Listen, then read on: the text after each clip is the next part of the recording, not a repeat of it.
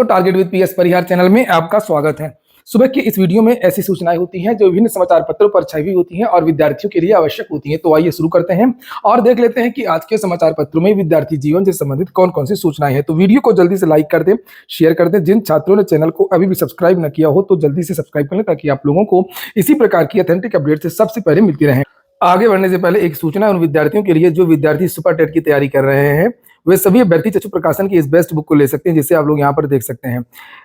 काफी अच्छी पुस्तक है ये। इसमें सुपर टेट का सारा सिलेबस कवर किया गया है, चाहे वो बाल मनोविज्ञान हो, हिंदी, संस्कृत, अंग्रेजी भाषा विषय हो, चाहे वो गणित एवं तार्किक ज्ञान हो या पर्यावरणीय एवं सामाजिक अध्ययन, दैनिक विज्ञान, सूचना तकनीकी आदि।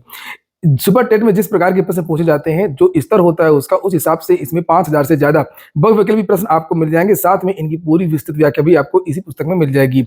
इस पुस्तक में जो पिछली भर्ती हुई थी 68,500 69,000, उसका सॉल्व पेपर भी देखने को मिल जाएगा, जिसे आप लोग यहाँ पर देख सकते हैं। इस पुस्तक में ग्राफ के द्वारा बताया भी गया है किस चैप्टर से कितने क्वेश्चन पिछली बार पूछे गए थे 2018 में और 2019 में। इसमें एक विश्लेषण भी दिया गया है। सभी कापी किताबों की दुकानों में चक्षु प्रकाशन की ये बेस्ट बुक आपको मिल जाएगी।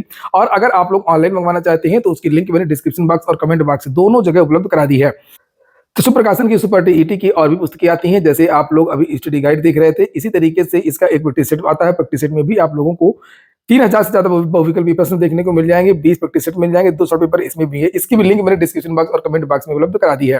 चलिए शुरू करते हैं। बात करेंगे सबसे पहले पीसीएस की। और पीसीएस के बारे में सभी को पता है, समाचार पत्रों के माध्यम से लगातार जानकारियां दी जा रही हैं। मेरे चैनल के द्वारा भी आपको जानकारी दिसंबर के महीने में एग्जाम की दी गई थी। लेकिन यहाँ पर एक बड़ा विवाद हो गया है कि अब ये जो परीक्षा है, दिसंबर में परीक्षा कराने को लेकर के ज्यादा समस्या नहीं है। समस्या हो रही है परीक्षा 2 दिन को कराने को लेकर की, और इसको लेकर के विद्यार्थी सोशल मीडिया के माध्यम से, ट्विटर के माध्यम से, ज्ञापन के माध्यम से विरोध कर रहे हैं कि परीक्षा 1 दिन में ही होनी चाहिए। फिर से नॉर्मलाइजेशन होगा, नॉर्मलाइजेशन को लेकर के विवाद हो सकता है। यहाँ पर देख सकते हैं एक छात्र है शुभ्रांशु सिंह, और ट्विटर वगैरह के माध्यम से विद्यार्थी लगातार यहाँ पर सीएम योगी और बहुत सारे लोगों को टैग कर रहे हैं और लिखा सी सेट के पेपर में नॉर्मलाइजेशन कैसे होगा, ये कदम पूरी परीक्षा को बाधित कर देगा। अतः निवेदन है कि परीक्षा पूर्व की भांति एक ही दिन में आयोजित हो। साथ में सीएम योगी और जो बहुत सारे लोगों को जो टैग किया है। और यहाँ पर ये देखिए, जो विद्यार्थियों ने एक पत्र भी लिखा है। सेवा में अध्यक्ष महोदय, लोक सेवा आयोग उत्तर प्रदेश, सविनय निवेदन है कि कतिपय समाचार पत्रों के माध्यम से ज्ञात हुआ है कि उत्तर प्रदेश पीसीएस प्रारंभिक परीक्षा 2024 2 दिन में कराने की योजना पर विचार किया जा रहा है। महोदय, इससे हम अभ्यर्थियों में एक भ्रम की स्थिति पैदा हो रही है, क्योंकि हम सब अभ्यर्थी पूर्व में प्रचलित स्केलिंग एवं नॉर्मलाइजेशन के भुक्तभोगी रहे हैं और हमारा मानना है कि प्रदेश की सर्वाधिक प्रतिष्ठित परीक्षा को पूर्व की भांति एक ही दिन में करना ज्यादा पारदर्शी और छात्र हित में होगा। अतः आपसे सविनय निवेदन है कि कृपया हम सब अभ्यर्थियों की इस प्रार्थना को स्वीकार करें और पीसीएस परीक्षा 2024 को एक ही दिन में आयोजित करवाने की कृपा करें।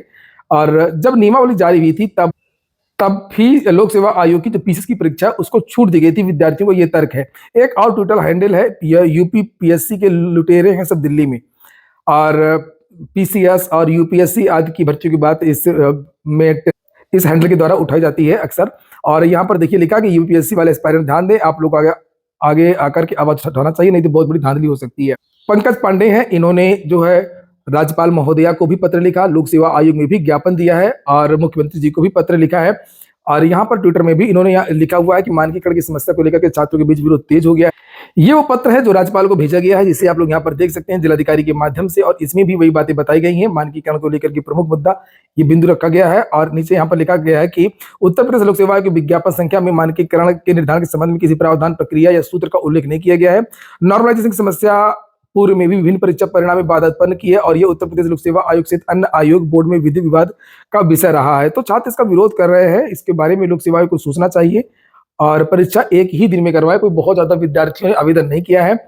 विद्यार्थियों ने राज्यपाल महोदया को जो पत्र भेजा है उसमें नियमावली, ये जो शासनादेश जारी हुआ था परीक्षा प्रक्रिया को लेकर के, किस तरीके से परीक्षा करवाई जाए, उसमें परीक्षा केंद्रों को लेकर के जो क्राइटेरिया बनाया गया था, तो उसमें लिखा है कि यदि आयोग, ये देखिए लिखा है, यदि आयोग, आपको साफ नहीं दिख रहा होगा क्योंकि ये साफ है ही नहीं, तो आपको कहां से दिखेगा, थोड़ा सा धुंधला है, लेकिन सभी को पता है ये बात कि यदि आयोग चाहे तो पीसीएस की जो परीक्षा को एक पाली में करा सकता है। यह साफ साफ मुख्यमंत्री जी ने ये लिखवाया यहाँ पर, चूंकि कल के समाचार पत्रों के माध्यम से ही जानकारी दी गई थी कि ये परीक्षा 7 और 8 दिसंबर को हो सकती है। तो अब बात करेंगे हम शिक्षक भर्तियों की। लिखा, एलजी ने पीजीटी शिक्षकों के 200 अतिरिक्त पदों के सृजन को दी है मंजूरी। ग्रुप बी में नियमित आधार पर स्पेशल एजुकेशन टीचर के पदों पर होगी बहाली। अगले समाचार पत्र में भी इसी तरीके की सूचना दी गई है। दिल्ली में सरकारी स्कूलों में 200 शिक्षकों की नियुक्ति होगी। दिल्ली के उपराज्यपाल वीके सक्सेना ने सरकारी स्कूलों में पीजीटी शिक्षकों के 200 अतिरिक्त पदों के सृजन को मंजूरी दे दी है। नियमित आधार पर इन विशेष शिक्षा वाले शिक्षकों के पदों का सृजन किया जाएगा। इससे 9वीं और 11वीं कक्षा में पढ़ने वाले लगभग 9500 बच्चों को लाभ होगा। उपराज्यपाल की ओर से संविदा और तदर्थ नियुक्तियों की बजाय स्थायी नौकरियों पर लगातार जोर दिया जाता रहा है और दिल्ली के सरकारी स्कूलों में 9वीं से 11वीं कक्षा तक 9,500 विशेष आवश्यकता वाले बच्चों के लिए 283 पीजीटी शिक्षक काम कर रहे हैं। तो बताया जा रहा है कि दिल्ली में पीजीटी के शिक्षकों की एक नई भर्ती जल्द देखने को मिल सकती है। दिल्ली के सभी सरकारी स्कूलों में पीजीटी, टीजीटी और नर्सरी टीचर के रिक्त पदों पर भर्ती पहले से ही चल रही है। अगली सूचना बिहार की है। बिहार में 28,000 कंप्यूटर शिक्षकों की भर्ती होनी है, जिसे आप लोग यहाँ पर देख सकते हैं। राज्य के सभी मध्य विद्यालयों में यानी कि 6 से 8 के जो विद्यालय हैं वहां पर कंप्यूटर शिक्षकों की नियुक्ति होगी। शिक्षा विभाग बना रहा है नियुक्ति नियमावली। बच्चों को कंप्यूटर ज्ञान देने की हुई है पहल। राज्य में 28,000 मध्य विद्यालय है संचालित। जानकारी ये मिल रही है, अभी तो नोटिफिकेशन जारी नहीं हुआ है, लेकिन जानकारी ये मिल रही है कि शायद बीएड ना रखा जाए। बीपीएससी के द्वारा ही ये भर्ती होगी, वही इसका नोटिफिकेशन निकालेगा। राज्य के मध्य विद्यालयों में भी स्थायी रूप से कंप्यूटर शिक्षक तैनात किए जाएंगे। शिक्षा विभाग ने इसकी तैयारियां शुरू कर दी हैं और इसी के तहत कंप्यूटर शिक्षकों की नियुक्ति को लेकर के नियमावली बनाने में विभाग जुट गया है। विभागीय पदाधिकारी बताते हैं कि प्रारंभ से ही सरकारी स्कूलों के बच्चों को भी कंप्यूटर का ज्ञान देने के लिए विभाग की ओर से यह पहल की गई है। और इसके पहले जब इसका नोटिफिकेशन जारी होगा तो जानकारी मिल रही है कि इसका जो नोटिफिकेशन है उसको आने में कम से कम 2 से 3 महीने का समय लगेगा। लेकिन उसके पहले बिहार सरकार वहां पर एक बीटेट का एग्जाम करवाएगी। जैसे अपना यूपी टेट होता है ना, उसी तरीके से बीटेट बिहार सरकार करेगी। बीटेट 2025 का आयोजन कक्षा 1 से 5 और 6 से 8 दोनों के लिए होगा बीटेट। तो पहले बीटेट होगा, वहां से निकलेगा इसका नोटिफिकेशन और लिखा 26,000 कंप्यूटर शिक्षक भर्ती, 6 से 8 में होगा बीटेट। तो बीटेट जब भी इसका विज्ञापन निकले बीटेट का तो आप लोग बीटेट अवश्य कर लीजिएगा, आने वाली प्राथमिक शिक्षक भर्ती के लिए भी और जूनियर भर्ती के लिए भी और कंप्यूटर भर्ती के लिए भी।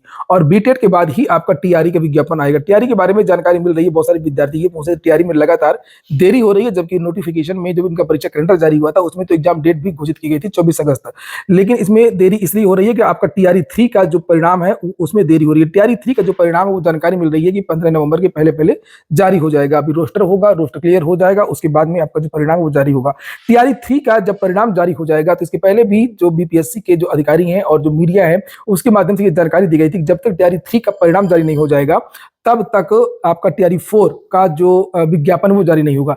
तो टीआरई 3 का जो परिणाम है, जिसकी लिखित परीक्षा हो चुकी है, जिसकी आंसर की जो प्रक्रिया है वो शुरू हो गई है, उसका जो परिणाम है वो नवंबर तक आ सकता है और दिसंबर के महीने में टीआरई 4 का जो विज्ञापन है प्रथम पखवाड़े में ही यह जो जानकारी मिल रही है टीआरई 4 का जो विज्ञापन है वो जारी हो जाएगा।